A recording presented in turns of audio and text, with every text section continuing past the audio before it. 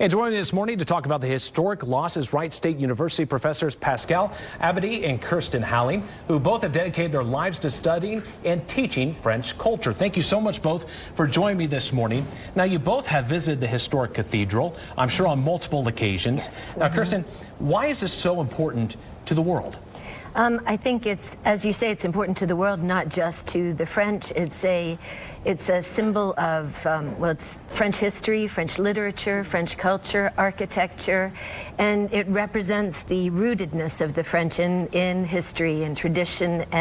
It's part of the French landscape. It's lit up at night when, you think of Paris as the city of lights, and you look along the Seine and you see all the beautiful lights. It's something that just is part of everyday life. It's part of the Catholic tradition, the Gallic Catholic tradition. It's called often the most beautiful cathedral in the world. It's something people dream of, they want to see, and it's going to be really hard to imagine what it's going to be like to go back in a month and see, a shell of a cathedral and not be able to go inside. Now, Pascal, this survived 2 world wars, a revolution. How does something like this happen to such a historic structure? Well, this is an old lady. She celebrated 850 years old in 2013, so those buildings need attention 24/7, and it was right now doing just that. And we don't know what happened. I think this is under investigation, but this is a very old building, so everything needs to be done very carefully, and I think something must have not done the right way. Kirsten, we heard from French officials this morning who said that a few relics were saved. Yes. The tunic of St. Louis, Jesus' crown of thorn as well. What other relics are you worried about? Well, I think I'm worried mostly right now, just from the fact that a lot of reports are incomplete, but I worry about the Clicquot organ. It wasn't original with the cathedral. It was more of a 19th century edition, but it's known as one of the most beautiful organs in the world with the most beautiful sounds.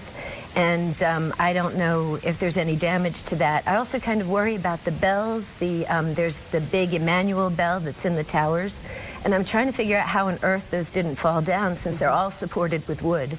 So there's a lot in there that is attached to the cathedral and inside the cathedral. Apparently the rose windows are okay, but they're going to be assessing damage for quite a while. A lot still to be seen. And Pascal, you both are going to be going to France here in very soon, a couple of weeks, correct?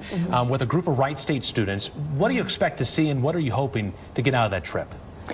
Like every year, every time we take students, it is amazing because Wright State students, this is usually their first time abroad. They've never taken an airplane, and this is the highlight, the Eiffel Tower, and then right after, our rank is Notre Dame. And this is amazing to see them getting in that cathedral and just to see the biggest glass, thank you, and just to see how they feel. So I think this time it's going to be very difficult not to be able to enter, but we're going to go around it and try to think about what happened and see that in many years from now we'll be able to get in again and it will be at its perfect. It will be rebuilt. Yes. Yeah. Well, hopefully you both enjoy your trip. We hope to see some pictures. Thank you both so much for joining us this morning.